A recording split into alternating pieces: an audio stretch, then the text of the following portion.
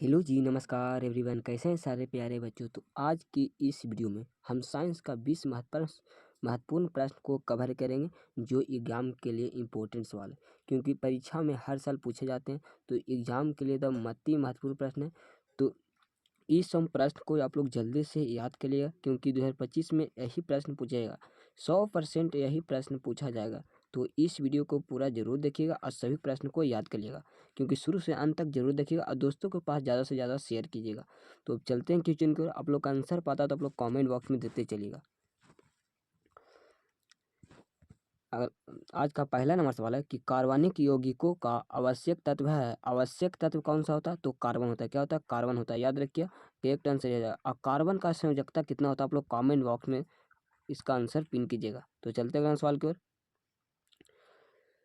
अगला नंबर सवाल है कि सक्रिय तत्व कौन है? अक्रिय तत्व कौन सा है? अक्रिय तत्व कौन सा होता है? तो हीलियम कैसा होता है? अक्रिय तत्व होता है। याद रखिए, करेक्ट आंसर भी है। ये बहुत बार एग्जाम में पूछा गया, तो द मोस्ट इंपोर्टेंट क्वेश्चन है कि इसका आप लोग याद रखिए, क्योंकि हर साल एग्जाम में पूछे जाते हैं।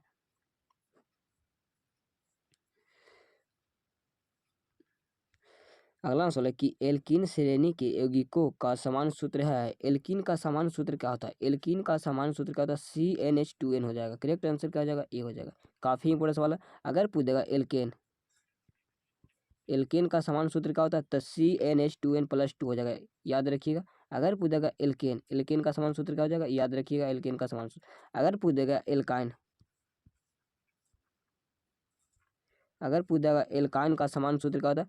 तो CnH2n-2 हो जाएगा। याद रखिएगा। ये तीनों आप लोग समान सूत्र याद रखिएगा, क्योंकि हर साल इससे एक सवाल पूछा जाता है। तो काफी इंपोर्टेंट सवाल, इसके लिए ट्रिपल स्टार आप लोग याद रखिएगा। याद नहीं तो कॉपी में एक बार नोट करिएगा। अगला सवाल है कि अपमार्जक बनाने में उपयोग होता है। अपमार्जक बनाने में उपयोग क्या होता है? तो इसका आंसर एल्कोहल का उपयोग करते हैं। किसका उपयोग करते हैं? एल्कोहल का उपयोग करते हैं। करेक्ट आंसर सी हो जाएगा।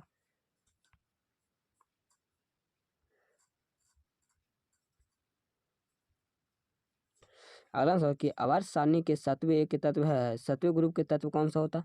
तो हाइड्रोजन कहलाते। क्या कहलाते हैं? हाइड्रोजन कहलाते। याद रखिए, करेक्ट आंसर ये हो जाएगा।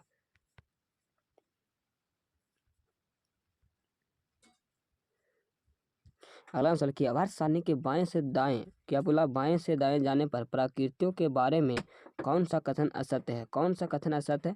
तो परमाणु आसानी से इलेक्ट्रॉन का त्याग करते हैं। क्या करते हैं? आसानी से क्या करते हैं? त्याग करते हैं। करेक्ट आंसर क्या हो जाएगा? सी हो जाएगा।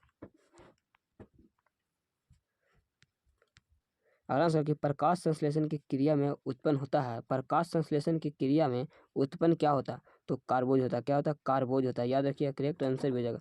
आप क्या इसको ग्लूकोज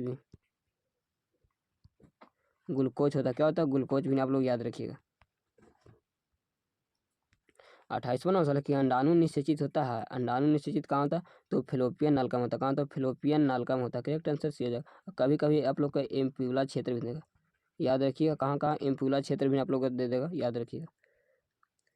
अगला सवाल है कि श्वसन की क्रिया होती है। श्वसन की क्रिया होती है, तो श्वसन की क्रिया कहाँ होती है?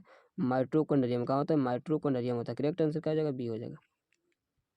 और माइटोकॉन्ड्रिया के पावर हाउस भी कहते हैं। शरीर का पावर हाउस भी कहते हैं। याद रखिएगा। एक स्वस्थ मनुष्य के पराकुंचन तथा अनुशीतलन दाब होता है। तो पराकुंचन कितना होता है? 120 mmH क्या होता है? जी होता है। याद रखिएगा।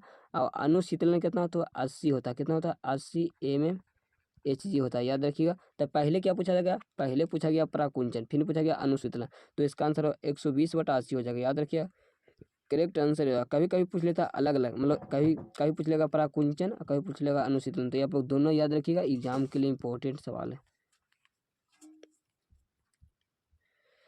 31वां सवाल है कि पत्तियों का मुरझाना किस पादप हार्मोन के कारण संभव होता है? मतलब किस पादप हार्मोन के संभव होता है? मतलब पत्तियों को मुरझाने के लिए किस हार्मोन का संभव होता है?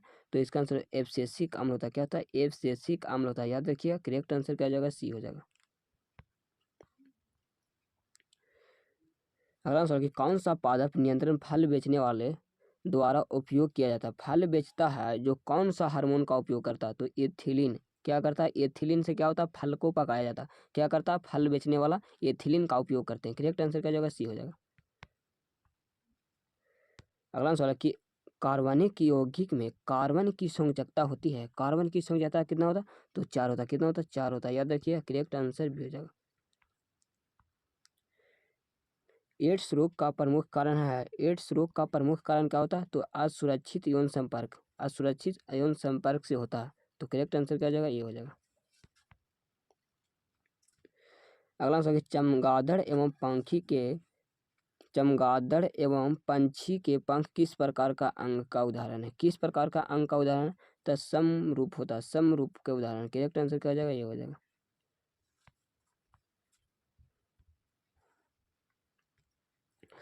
अगला सवाल, कि वे अंग जिसकी उत्पत्ति तथा मूल संरचना में तो समानता होती है किंतु कार्य के अनुसार उनकी बाह्य रचना में परिवर्तन हो जाता है, तो ऐसे अंगों को कहते हैं, ऐसे अंगों को क्या कहते हैं? तो समजात अंग कहते हैं। क्या कहते हैं? समजात अंग कहते हैं। करेक्ट आंसर क्या हो जाएगा? ये हो जाएगा।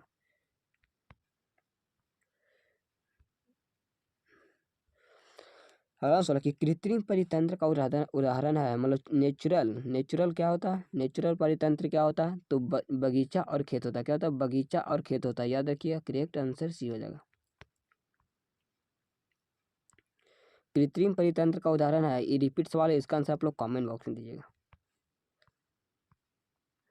प्रकृति में ऊर्जा का मुख्य स्रोत है, प्रकृति में ऊर्जा का मुख्य स्रोत क्या होता है? तो सूर्य होता है। क्या होता है? सूर्य होता है। याद रखिए, करेक्ट आंसर भी हो जाएगा। अगला सवाल, कि वनों के संरक्षण के लिए निम्न में से किन प्रक्रियाओं को नियंत्रित करने के लिए आवश्यकता होता है? नियंत्रित करने के लिए आवश्यकता होती है, तो पेड़ की अनाधून कटाई, अतिचारण या खनन, या इनमें से सभी? इनमें से सभी हो जाएगा। करेक्ट आंसर डी हो जाएगा।